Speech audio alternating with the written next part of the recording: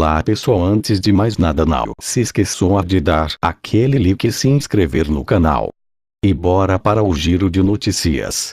Motoristas de caminhão do Brasil rejeitam concessões com greve no 8º dia. Ação contra o aumento dos preços do diesel força o fechamento de fábricas, enquanto protestos contra o presidente Michel Temer continuam em 25 estados. No 8º dia de uma greve nacional sobre o aumento dos preços dos combustíveis, que paralisou a economia brasileira, os motoristas de caminhão continuaram a protestar nas estradas de todo o país. De acordo com o site de notícias do G1, as manifestações continuaram na segunda-feira em 25 estados e no Distrito Federal de Brasília, enquanto em São Paulo, ônibus escolares e motoboys se juntaram aos protestos. Novas concessões anunciadas pelo presidente da República, Michel Temer, na noite de domingo, incluindo corte de impostos sobre o diesel por 60 dias, redução de pedágios de caminhões vazios e taxas mínimas de frete, inicialmente pareciam ter conquistado os caminhoneiros. A Associação Brasileira de Motoristas de Caminhão, um sindicato-chave que afirma representar 600 mil motoristas, chegou a afirmar que a greve acabou. Mas os caminhoneiros ainda precisam voltar ao trabalho. Alguns grevistas disseram que o acordo não foi suficiente. Outros estavam inseguros.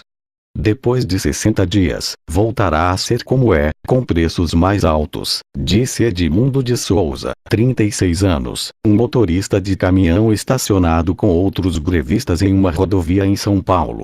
A maioria das pessoas aqui percebe que houve uma vitória, mas a decisão de continuar será até uma votação, disse José Rodrigues, líder de um grupo de grevistas que bloqueia o maior porto do Brasil em Santos. No domingo, informou a agência de notícias Estadão, um motorista de caminhão foi baleado na cabeça após tentar parar um caminhão, evitando um bloqueio no estado do Espírito Santo. Ele foi levado para o hospital. Em todo o Brasil, as fábricas foram forçadas a fechar. Em São Paulo, apenas 1/3 dos ônibus estava funcionando, as filas de gasolina nos postos de gasolina continuaram e as escolas e universidades suspenderam as aulas.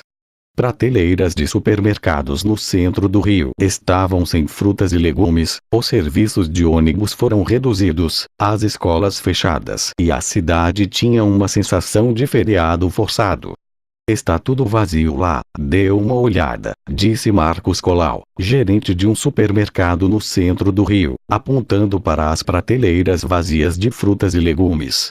Não recebemos nenhum remédio em uma semana, nenhum, disse Paulo Galvão, gerente de uma farmácia próxima. Estou muito preocupado. Acusado de corrupção, popularidade perto de zero, porque Temer ainda é o presidente do Brasil.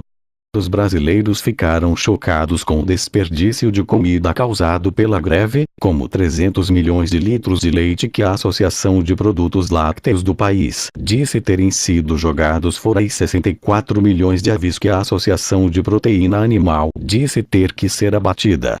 Acrescentou que mais 1 bilhão de aves estavam em risco. Economistas vêm calculando quanto a greve custará à economia do Brasil, mal saindo da recessão.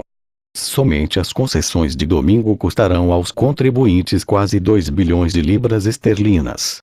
Na sexta-feira, Temer enviou o Exército e a Polícia Federal para ajudar a romper a greve, mas enquanto as entregas de combustível das refinarias para a polícia, transporte público e hospitais foram feitas com escoltas armadas, o Exército evitou o confronto.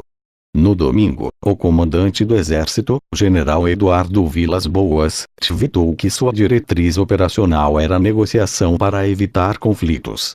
Em algumas cidades do sul do Brasil, as pessoas demonstraram apoio a caminhoneiros e motoristas em greve. Uma minoria de grevistas chegou a exigir intervenção militar, um assunto espinhoso em um país que passou 21 anos sob uma ditadura de direita. Eu acho que é um caminho a seguir, disse Sônia Gouveia, 52 anos, um motorista de ônibus escolar em São Paulo. Em meio às consequências políticas, a sombria popularidade de Temer despencou ainda mais.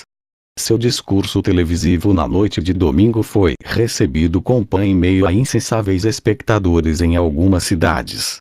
No entanto, sua administração imprimiu na segunda-feira anúncios de jornais para divulgar suas conquistas durante 2 anos no governo.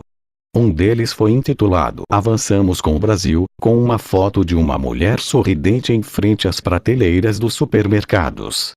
Rafael Cortes, cientista político e sócio da consultoria Tendências, de São Paulo, disse que a afirmação de Temer de liderar uma recuperação econômica parecia cada vez mais instável. A administração de Temer é quase um pato manco, disse ele.